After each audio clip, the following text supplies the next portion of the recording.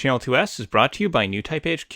Get your kits and supplies at the link in the description below. Hey guys, so a couple things I want to mention quick before we get any further into this video. First of all, I was very tired when I recorded the bulk of this, and it definitely shows. I'm okay now. You don't need to be freaking out in the comments about it. Also, this video is not going to be particularly visually interesting because I'm mostly just going to be talking about the movie, and I don't really want to use footage from the movie while I'm talking because, of course, YouTube, copyright, you know how it goes. Not something I really want to risk. So this is definitely going to be one of those videos that you just kind of leave in another tab while you're doing something else. And that's all I got. Sit back, leave a like, and enjoy the show. Gundam Hathaway is the most recent released Gundam movie. It was supposed to come out back in 2019 at the end of the year, but it got pushed back into 2020, and once that happened, quite predictably, it just kept getting delayed again and again and again, but the movie is finally available in the United States. Now, it was available a week or two earlier to those in Japan, and they were actually lucky enough to get a theatrical release for this film. And I gotta say, I am a little bit jealous of them because I could tell just from watching this film on my computer that this movie was a really cool theater experience. This is definitely the kind of movie that lends itself really well to being seen on the big screen, and if it is available in theaters in your home country, I strongly recommend seeing it that way. As a forewarning, I will be getting into some spoilers in this video, and I will try to word them in such a way that I would not consider them to be spoilers if they were conveyed to me in this way before I watched the movie, but if you really don't want to know anything about this movie, I would probably recommend that you stop watching right about now. It's a good movie, you should go see it, you're probably gonna like it, so go watch it, and then come back and finish the video when you're done. Oh boy, so what can I say about this movie? I was impressed. I was really, really impressed by Hathaway. I've had fairly low expectations for new Gundam content in the last few years. Narrative left me pretty underwhelmed. I did not like a whole lot from that movie outside of the music and some of the fight scenes, and unfortunately when it comes to Gundam movies and OVAs, a lot of times that's kind of par for the course. Stuff like Unicorn, Narrative, Origin has some cool moments, but overall as a objective piece of cinema, they're not particularly good. Now that's not to say that any of them aren't enjoyable, I would just hesitate to call them good. Gundam Hathaway though, I would say right now, just based off my impressions after seeing the movie for the first time, is good. I think this is a legitimately good movie. The first thing that really struck me about Hathaway is the direction.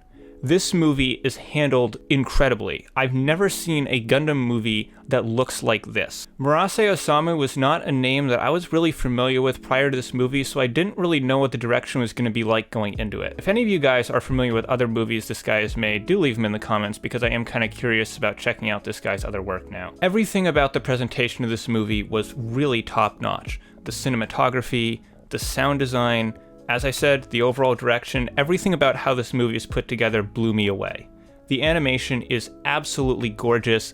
There is a lot of CGI in it. Almost any time you see a mobile suit or a ship or some kind of big city scene, it's usually CGI, but they do such a good job of blending the hand-drawn animation or 2D computer animation with the 3D animation that it's really hard to tell where one stops and the other begins. 3D animation is also used really well in this movie to get certain camera angles and movements that would be really hard to do with 2D animation. There's a lot of spinning and moving, panning shots in ways that are very hard to animate traditionally that are pulled off really well thanks to some smart use of CGI. Now, if you're coming to this movie looking for a lot of crazy cool robot action, this might not be the movie for you.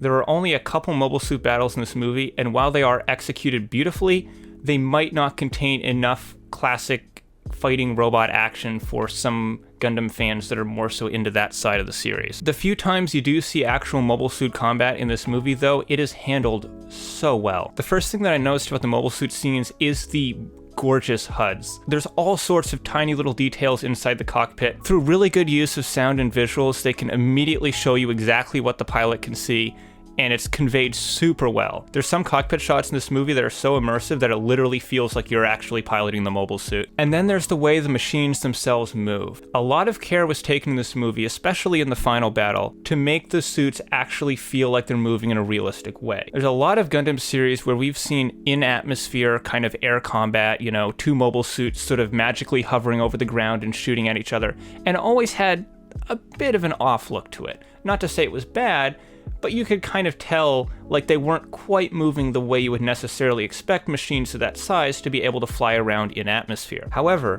when the Penelope and the Cassie are fighting, they look so convincing. The way they portray the Minovsky craft system through visuals and sound is super realistic feeling. It's one of those things where even if it doesn't necessarily make sense scientifically, you look at how it moves, you look at how it handles, you listen to the sounds it makes, and you just kind of have an intuitive understanding of exactly what's going on. They also make really good use of three-dimensional space during these fights, where not every character is always, perfectly aligned with the ground plane, two guys flying directly at each other. Sometimes one guy's upside down, someone might be sideways, someone might be above their target. They make really good use of 3D space in the actual real-life maneuverability you would have in a machine like the Cassie or the Penelope. And not only was the final battle handled extremely well in this movie, but so was this incredible scene in the middle of the film. About halfway through the movie, there is a battle inside of a city, but you almost never at any point in the movie see anything from the actual perspective of the pilots.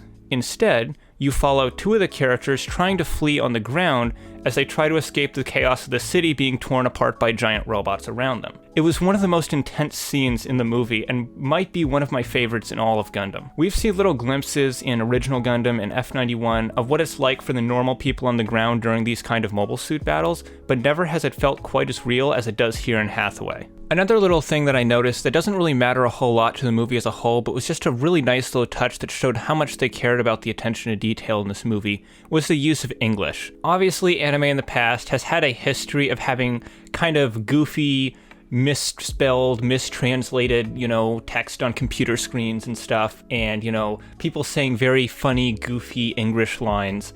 But in Hathaway, there is a lot of English text and a lot of, English, computer voice speak that is perfect. A character opens a book about botany, and all the text on the page is like an actual excerpt from an English book on botany. You see a newspaper article or a blog post on a computer, and all the text on it is perfectly legible and readable in coherent English. When the computer voice inside a ship or a mobile suit says computer voice things, it says them in a perfect, fluent English accent. No wonky pronunciation, no weird enunciations.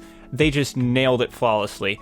And it's a really small thing that doesn't actually matter to the overall quality of the movie, but it just showed how much they cared about polishing every aspect of this film. And while I think I might have touched a little bit on the sound already at a couple points, I really do have to drive home just how awesome the sound design is for this movie. The sound of the beams and thrusters and all the little computer noises that the mobile suits make just give you chills when you watch it. Again, this is the kind of movie that is awesome to see in theaters with proper surround sound and just on a big screen. The ear and eye candy in this movie is pretty incredible. And speaking of ear candy, now's probably a good time to talk about Sawano's score. Hiroyuki Sawano is pretty much the go-to guy for Gundam music at this point. If you don't know him from Gundam, you probably know him from Attack on Titan, Kill la Kill, Ace Combat, that one Taiwanese puppet show that has no business being as good as it is, and Sawano did it again with Hathaway. The music sounds great. I wouldn't say it's anything amazing or innovative by Sawano's standards. I would say it is fairly standard Sawano fare. However, because standard Sawano fare is so freaking good, I have no complaints about it whatsoever. Now, I've gone pretty far into this video without talking about the story, and fear not, the story in this movie is pretty good too.